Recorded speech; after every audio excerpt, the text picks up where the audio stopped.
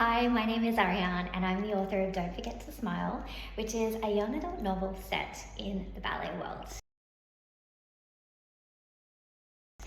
This is the book that I wish I'd had as a teenager when I was trying to navigate my place in the very confusing world of classical ballet. The book is told through the eyes of two characters.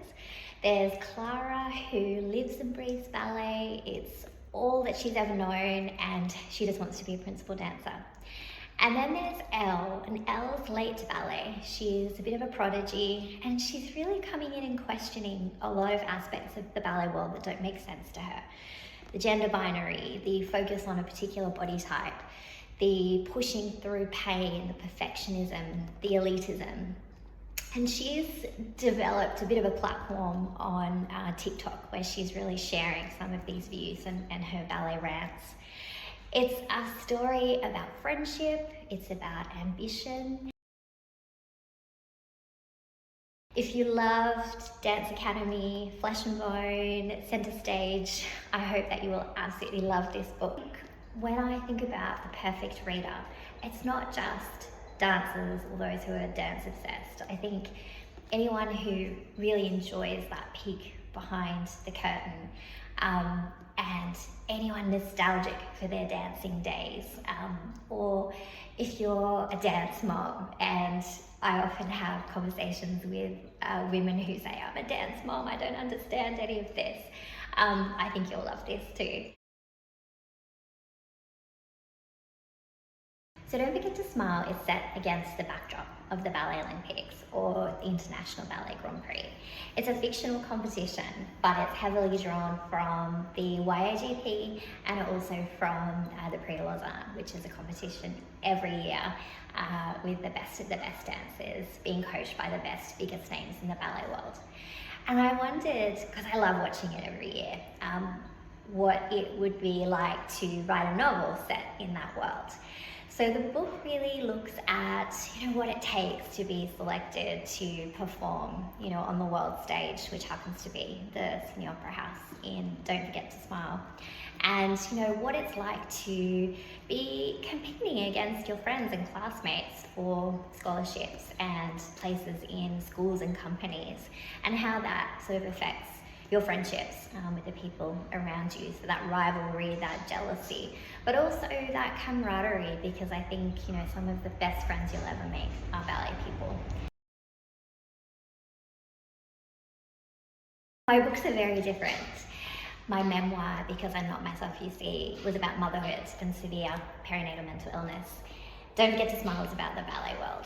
But one thing that came through, I think, in both books is perfectionism. And in my memoir, it was looking at perfectionism in the context of motherhood and how some of us, in trying to be the perfect mother, can end up on a psych ward questioning everything.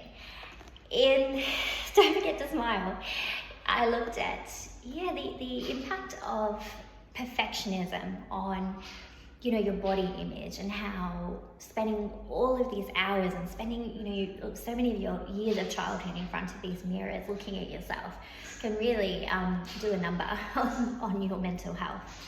And also what it's like to be a young dancer who's always looking for perfection, who's aiming for perfection.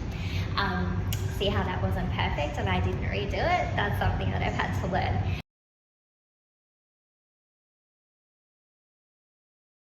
Don't Forget to Smile tackles some meatier topics, and I did this through having three very distinct characters and their very different relationships with the ballet world. There's Clara, lives and breathes ballet, it's all she knows. She's very obedient, she follows the rules, she's on a very particular path. There's Elle, who's a bit of a rebel. She's really questioning some of the aspects of the ballet world that to her make no sense.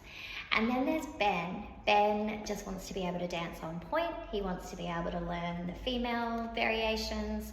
He doesn't want to just be restricted to learning the male steps. And it's really looking at the ballet world through three of their different lenses and how they're kind of negotiating their place in the ballet world. I hope that it will spark lots of really interesting conversations and really make people think.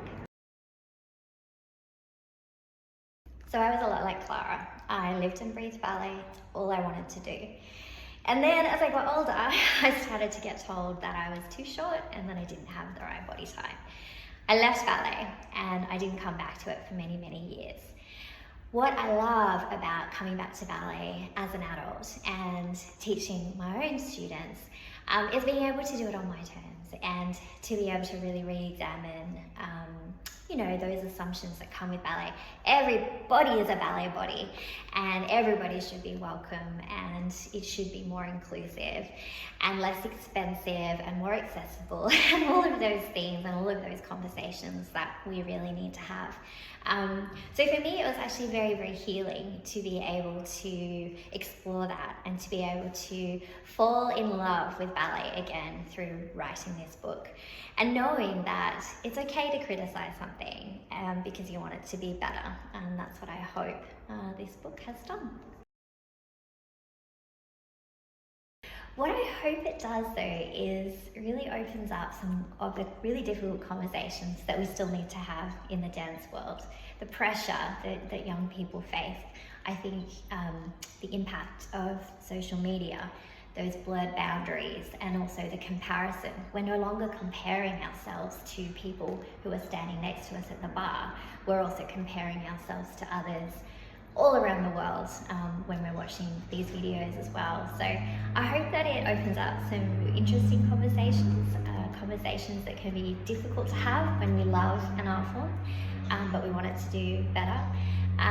And I hope that for many people, it might be a little bit healing as well. It was healing for me to write, to revisit an aspect of my life that I felt I had long left behind.